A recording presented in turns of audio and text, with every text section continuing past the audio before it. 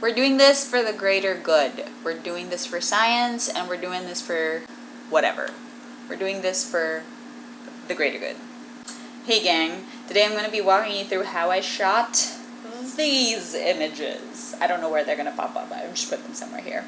So these detailed photographs of alien landscapes were shot with a special macro lens that I borrowed from my friend Johan, whomst we can't help but stan. He graciously lent me this thing last week because I was on the lookout for a macro lens that I could borrow for a jewelry shoot I was working on for a friend's small business. Turns out my favorite website that rents lenses had phased all their Nikon stock out. Yeah, I know, right? Magsara na lang sila. I'm just kidding. It's a recession. I'm sorry.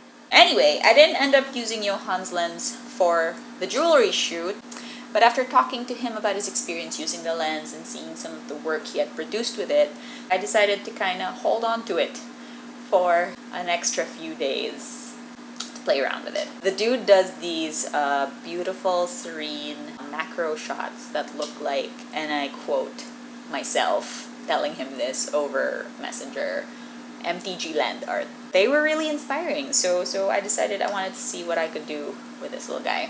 So first of all, I know nothing about this lens. It's my first time seeing something like this. Johan said it was a laboratory lens, and I'm guessing that means it's an experimental item. Offhand, it's a Canon mount.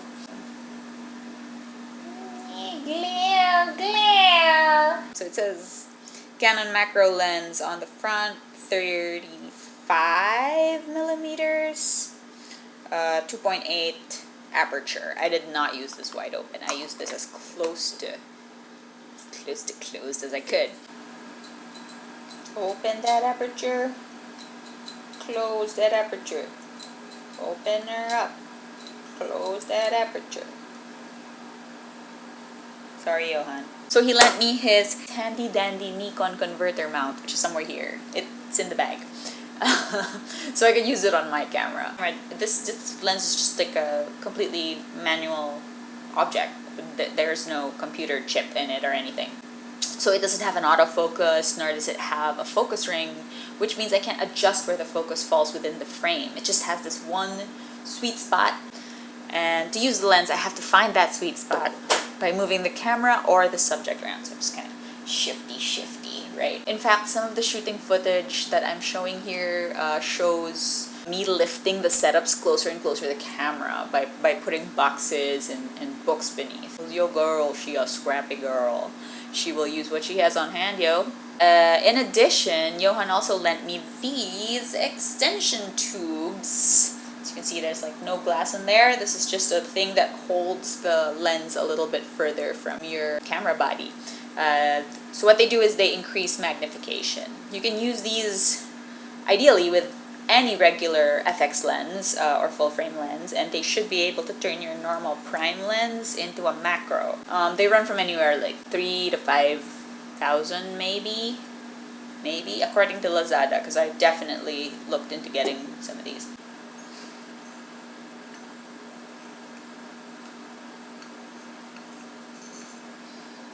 I put on the biggest one. The biggest one is 36 millimeters. What? So I attached a 36 millimeter extension tube for no other reason than I thought it looked pretty boss. I was just experimenting. I wanted to see what kind of crazy stuff I could shoot at this scale. So like microscopic, how small can we go here? When I mounted that thing onto my camera, which you will now see, it was time to think about the other thing, which is lighting. So I recently purchased these very cute lighting modifiers from Lazada. They are $700. I love them. Highly recommend if you have a speed light. So these things attach to any speed light or speed light-like flashy object. So you have kind of a universal attacher thing. Yes, that is what that's called. It has magnets over on the front that will snap these modifiers into place. So I've actually got a few here. So I have a honeycomb. You can use a honeycomb. And then you can put gel. It comes with a few different colored gels. It snaps right on. and a diffuser bulb. So these are great. So I attached these to my speed lights. I have 2 of these and I have 2 speed lights. So each of them got a modifier kit, magnety object. I don't know what to call them. I'll just call them the triopo. The triopo thingy. Attach him. For fuck's sake. I use the gel and I use the honeycomb. So it looked like this.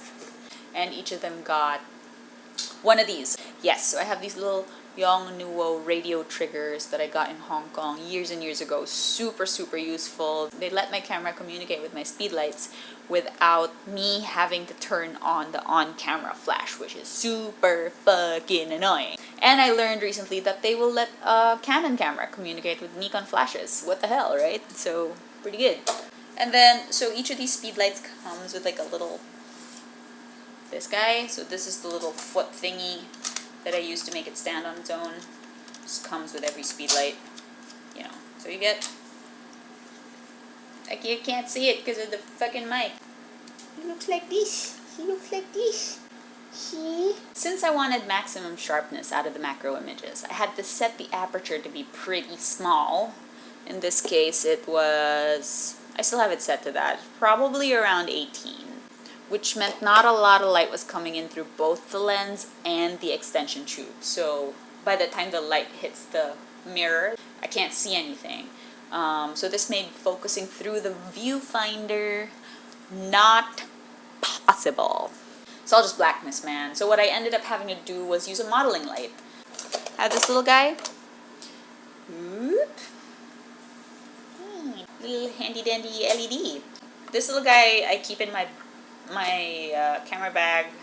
He's usually used for weddings. He's a little emergency LED that I actually very rarely use, and you can even change the color temp on him. Yay, now I'm warm. But he has a dimmer switch, and he runs pretty hot, so he gets really bright, and he uses rechargeable AA batteries, which is always a plus. LED thing. Ooh, LED thing. So the function of this light was to help me find focus, because my overheads were not providing enough to light up the subjects so that I could focus through the back of my camera. But it was only used for focus. After I was done finding it, I had to turn them off and switch back to using my strobes. So I would shoot with the standing light first to establish the baseline, and then I could get all like parkour-y with the other one. The base light I attached a diffuser bulb to, and then the parkour light I used the honeycomb. First I played around with shooting this guy. Right here is a little plant.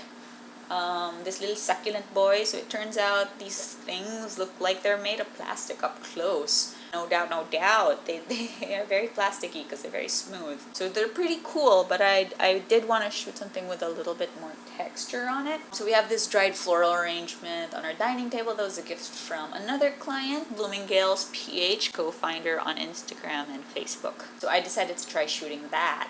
The variety in textures and the way that the florals all cast shadows on itself was very interesting, actually. So here are some of the images that I shot of this arrangement. So finally, I unearthed this thing, my husband's buttonniere from our wedding. We dried it kind of by accident by just leaving it lying around, but look, it's all crunchy and brown now. But this is what it looked like on the day we got married. And I actually had the best results shooting this thing. Probably because all the flowers are all laying down flat on each other. Since the orientation of the object is kind of flat, I can fit more of it into the focus plane, unlike the floral arrangement, which is poking at me from all angles. So here are some of the images. I really enjoyed playing around lighting this thing just because it looks so boring and dead when you see it in person, but it translates to a pretty interesting, moody shot when lit with the gels. So there. So that was the shoot.